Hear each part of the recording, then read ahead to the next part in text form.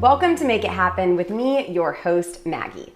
Is it just me, or are stores starting to sell holiday decor earlier and earlier every single year? I am not mad about it. I love fall and I love the holidays. This time of year just feels right in my soul. The thought of being cozied up by a fire, or in our case, a fire stick fire in our apartment, with Christmas music playing, board games on a cold winter night, and time that I know I'll get to see my family, who all live way too far away from me. The holidays really are right around the corner and will be here before we know it, even if it feels too early to start seeing Christmas trees right now. So over the next few weeks, we're diving into some strategies that can help you to keep your weight in check and fat storage at bay this holiday season. And always, because you don't need these tips just over the holidays. They will actually work all year long. Today, I'm giving you 7 diet mistakes that can make you store fat more easily. So if your focus is resisting fat gain this holiday season, I highly recommend leaning into this. Knowledge is power, so let's kick it off with the first mistake. Not having enough time between meals. When you fast, or at least give your body 4 to 5 hour breaks from consuming food and not grazing, your insulin goes down and glucagon goes up. Insulin and glucagon, by the way, work together to balance your blood glucose levels. When insulin goes down and glucagon goes up, your body increases lipolysis, which means that you increase the contribution of fat as fuel or use more stored fat. So integrate some fasting this holiday season, or at least spread out your meals, and you will resist storing fat. Number 2, not focusing on G-flux or energy turnover. It's a basic law of the universe that energy is neither created nor destroyed, only converted. And we as humans are always balancing energy. Energy turnover is essentially your balance between energy in and energy out. Calories you consume, food, and calories you burn via metabolic functions of life and movement.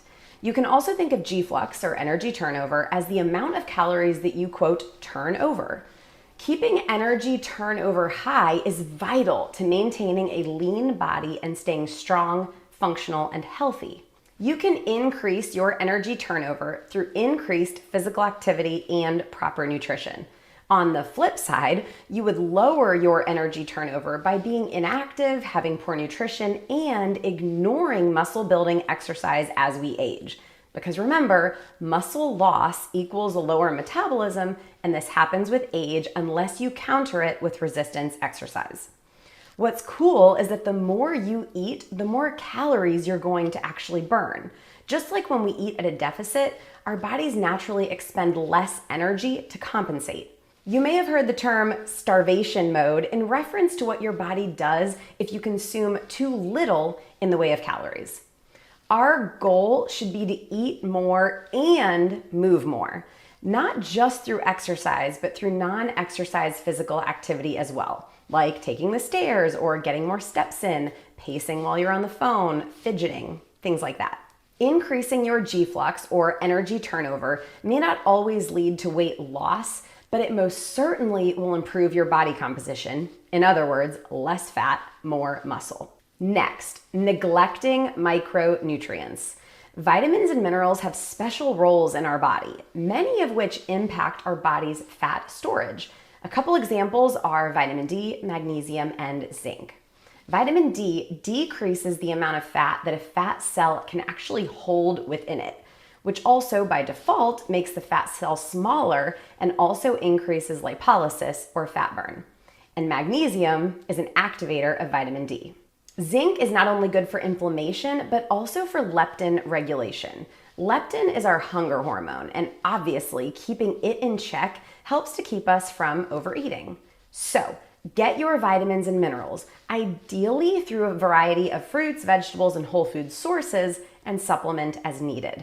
Calories still matter, of course, but the nutrient density of your food is important, and we often forget this when we're so focused on calories in or our macronutrient balance.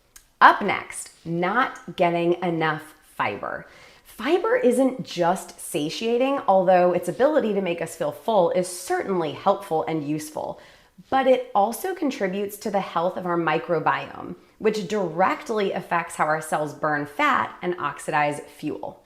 If you have a weak and non-diverse microbiome, there is plenty of research that shows our metabolism is negatively impacted.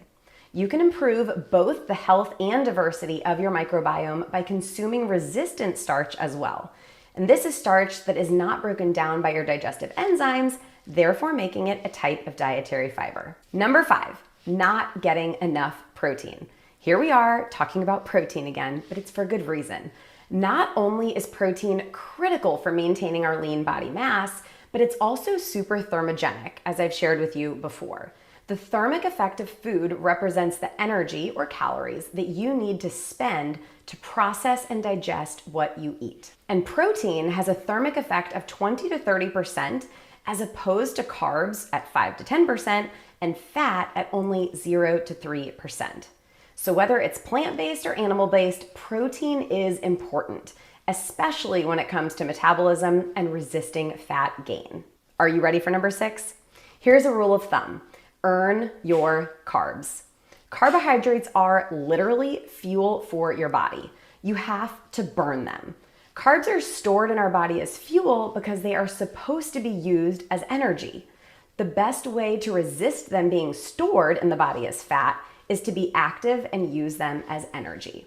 Just like you put gas in your gas tank, it's there for a reason. You fill up if you know you're going to use it. With that being said, don't take this out of context and think that carbs are bad. They are not. But today's episode is about diet mistakes that can lead to fat gain. And if you don't prioritize using carbs by being active, then you do risk storing them as fat. Physical movement and exercise matter for so many reasons, and burning up carbs is one of them. And last, but certainly not least, is stacking calories at the end of the day. I will be the first person to admit that I have been guilty of this historically. So let me preface this with that little tidbit. Just like I prefer working out fasted, I also like how my brain and body feel when I don't eat while I'm working, which has led me to oftentimes wait until later in the day to consume my fuel. This is something I'm actively working on improving. We're all a work in progress. And while this isn't a law for healthy body composition, science does say that it can make a difference. So, if you're struggling to lose fat, this can be an easy change that you might want to consider making. Try stacking more of your calories in the early part of the day instead. Next week, we're talking more about keeping fat gain at bay with more tips that are specific to the holidays. So make sure you tune in to minimize holiday fat gain. Before you go, which of these tips was the most surprising to you, or will you be the most focused on? Leave me a note in the comments. I read every single one and would love to hear from you. That's it for today, friends. Go make it happen.